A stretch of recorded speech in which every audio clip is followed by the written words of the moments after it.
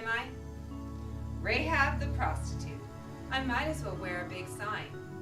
It used to bother me, but not anymore. It used to define and limit me. But now it is a reminder of who I was and how very much my life has changed. A prostitute is simply someone who sells themselves. Now I did what was necessary to survive. I hated who I was and what I did, but I didn't feel as if I had a choice, and I couldn't stop. You learn to be tough, and soon people's judgments don't hurt anymore. At least, not as much. Well, I live in a busy city, and as opportunity presented itself, I was able to open a small brothel. With my income, I was able to provide for my family. I settled into a routine. I learned not to care what other people thought. I assumed my life would stay that way forever. But then, all of that changed. A threat to all of our lives appeared on the horizon.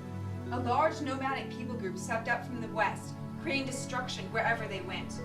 I could feel the fear just seeping through the city. It was only a matter of time before it attacked. I knew it. We all knew it. And the reports kept coming of them conquering city after city, and the tension continued to mount as they came closer and closer. And I began to long for an escape. I knew the gods of my people were powerless against this miracle-working God of the Hebrews. So I began to pray to the God of the Hebrews, asking for a deliverer. And in an uncanny way, God used my unsavory profession to rescue me. When two strange men knocked at the door, I immediately recognized them as Hebrews. The spies needed a place to hide unnoticed, and since it's not uncommon for strange men to come to my door, I agreed to hide them, while my own people searched for them. This was a risk, for if I was discovered, I would be guilty of treason and killed. But I did it anyway. Just maybe the God of the Hebrews would see and grant me mercy. So, I lied to the Jericho officials and sent them in the opposite direction. And then I opened my window and let the Hebrews climb down on a rope. And in exchange, they agreed to preserve my life and the lives of my family. But it was conditional. I must leave the cord in my window and remain in my home. This was an act of faith. I was terrified that the Jericho officials would discover the cord and know its meaning. But I pushed aside the fear, and I did it anyway. And then I waited, and watched, and waited, and wondered, could I really do it? To leave all I'd ever known behind? My friends, my home, my profession? I knew I could. I had to. I wanted to. I was disillusioned with this life and ready to embrace the new, despite the risks. Finally, I saw their army approaching on the horizon. The Jordan River was at flood stage, and yet they crossed easily into our territory. And then they camped on this side of the river for days. Oh, the residents of Jericho were in a panic, trying to discern what it all meant. The fear was a tangible force that infected every inhabitant in the city. Then one morning, I awoke to the sound of marching feet and creaking armor and blowing trumpets. I shrugged the cobwebs of sleep from my mind and tried to discern what was going on. Was this how the Hebrews were going to take the city? But no, they continued around the outside of our wall and returned to their camp. They did this for 6 days in a row. And each day I wondered, is today the day? How much longer? My faith began to waver. Had their God changed his mind about attacking our city? The terms of our arrangement were clear. Everyone must remain in my home.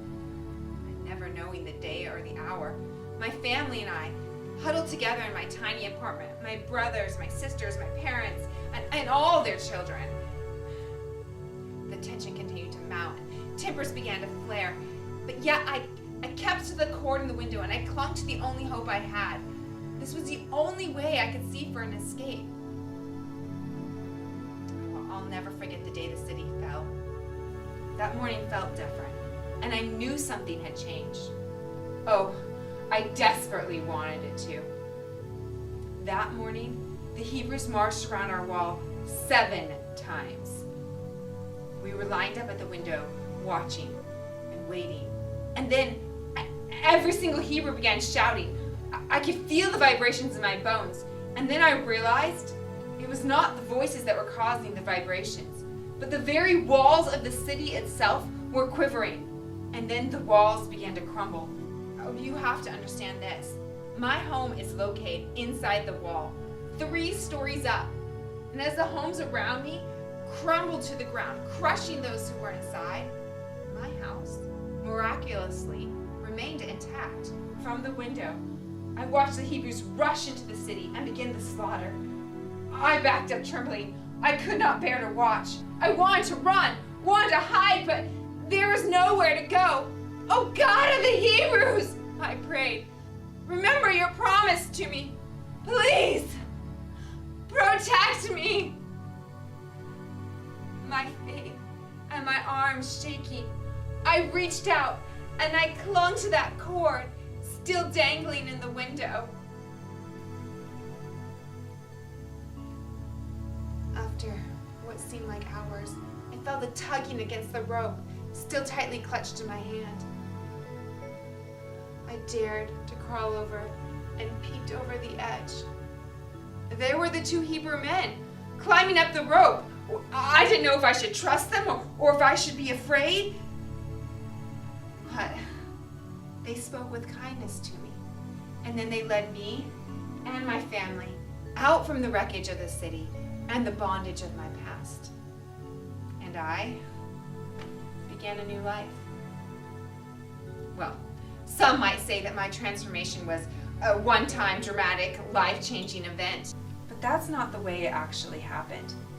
The God of the Hebrews began tugging at my heart long before he let me out.